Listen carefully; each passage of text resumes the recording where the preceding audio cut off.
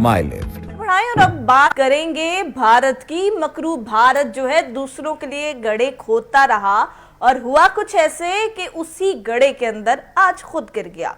मोदी सरकार क्या करना चाह रहे थे? इंतशार फैलाना चाह रहे थे, ममालिक को आपस में लड़वाना चाह रहे थे और भारत के साथ कुछ ऐसा घनौना खेल खेलना चाह रहे थे कि मोदी सरकार आज उसमें खुद ही जा पड़े हैं और ऐसे गिरे हैं कि उठा नहीं जा रहा, जिससे पाकिस्तान को सहारा लेने के लिए उन्होंने खत लिख दिया और खत जो है बड़े खुशगवार अल्फाजों में लिखा, जिसके अंदर जो है वज़ीर-ए-आज़म इमरान खान ने उस खत का उनको जवाब भी दिया।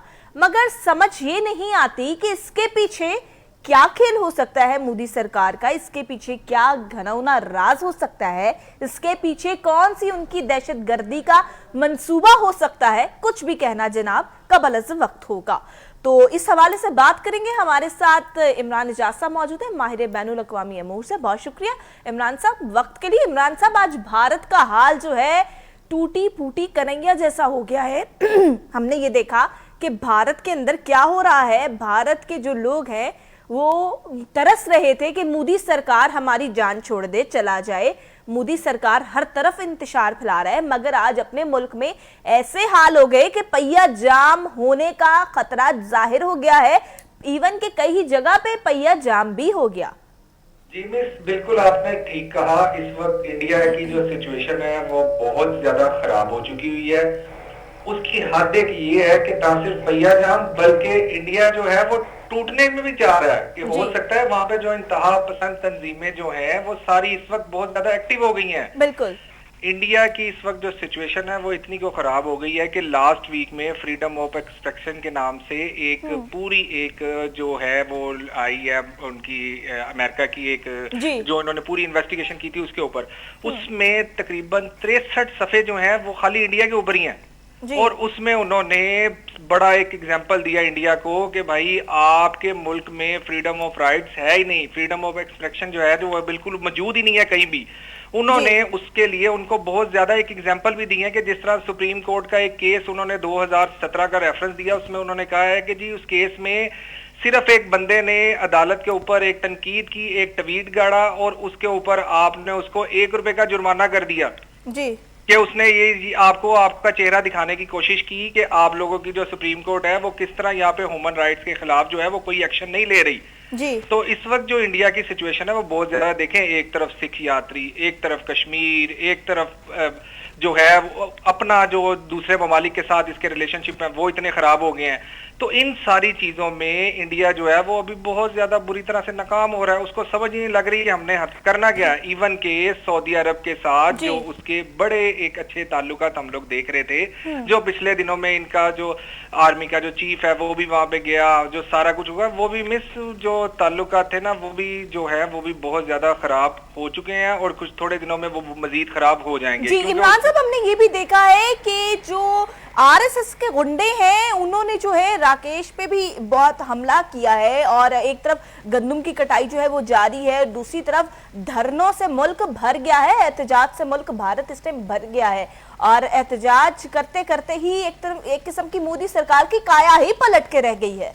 बिल्कुल मिस, आपने बिल्कुल ठीक कहा। ना सिर्फ अब जो इनको इस वक्त जो सामना है वो सामना ये है कि अब जो एक तो मोदी सरकार को लाने वाले जी और एक मोदी सरकार के साथ जो बैठे हैं बंदे, उन सबको इस वक्त ये खतरा हो गया कि किसी तरह, क्योंकि आपको पता है जितने भी पॉलिटिशियन हैं इन लोगों ने तो दोबारा इलेक्शन लड़ना है और दोबारा पार्लियामेंट में आना है जी। तो वो लोग अब सारे जो हैं वो आहिस्ता आहिस्ता मोदी हुकूमत के खुद इंटरनली जो है वो खिलाफ होते जा रहे हैं। और जो ये प्रोटेस्ट और ये जो स्ट्राइक है ये आप देखेंगे आने वाले दिनों में, जिस तरह महंगाई का एक उन्होंने बहुत बड़ा बम फेंका है वहां पे इंडियन अवाम के ऊपर और जिसमें जो है हर चीज की प्राइस जो है वो बढ़ के रह गई है जी। तो अब आने वाले दिनों में सिख, कश्मीर और ये जो आरएसएस के गुंडे जो जगह जगह जाते दन दनाते फिर रहे हैं ना, ये खुद भी अपनी मौत आप मर जाएंगे, क्योंकि अब इनकी अपनी जो अवाम है, देखें अब कोई जरूरत नहीं किसी भी दूसरे मुल्क को इंडिया के अंदर जाके उसकी इंटरनल सिचुएशन का फायदा उठाने की, क्योंकि अब तो इंडिया की सिचुएशन ऐसी है कि वो खुद अपने ही मुल्क में अपने ही शहरियों के हाथों जो है वो इतना को जलीलो ख्वार हो चुका हुआ है कि अब उसके लिए भागना जो है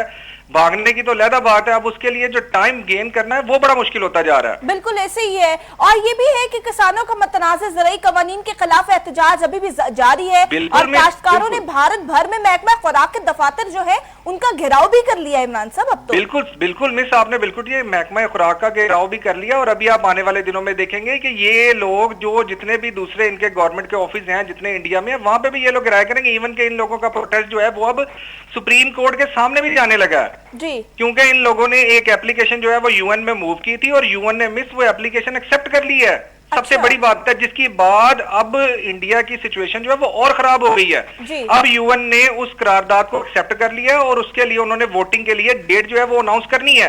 तो जब उन्होंने उसके लिए डेट अनाउंस करनी है तो अल्टीमेटली भारत की सिचुएशन जो है वो और खराब हो जाएगी। और उसी दिन जिस दिन उसकी हेयरिंग होगी वहां पे यूएन में, आप उसी दिन देखेंगे कि जितने भी किसान होंगे वो सुप्रीम कोर्ट के सामने एहतजाज कर रहे होंगे। जी वो तो ठीक है इमरान साहब, मगर हमने ये भी देखा है कि जो इस टाइम सेक्रेटरी है वो कहते हैं कि हम लोग नहीं हटेंगे और हम लोग जाएंगे आगे भी, और कहते हैं कि मजीद हम लोग पार्लियामेंट का भी घेराव करेंगे और अगर हो सका तो हम मोदी सरकार की बैंड से बैंड बजा देंगे। क्योंकि मोदी सरकार अगर देखें इमरान साहब तो मोदी जब से इमरान खान ने हुकूमत संभाली थी, मोदी सरकार ने पाकिस्तान को कितना सता के रखा था और हाँ, कभी सर्जिकल स्ट्राइक का ढोंग रचाता था, कभी पुलवामा हमले में मुलव्विस होने का जो है इल्जाम लगाता था और कभी जो है मुख्तलिफ किस्म के घनौने इल्जाम पाकिस्तान के ऊपर लगाता था।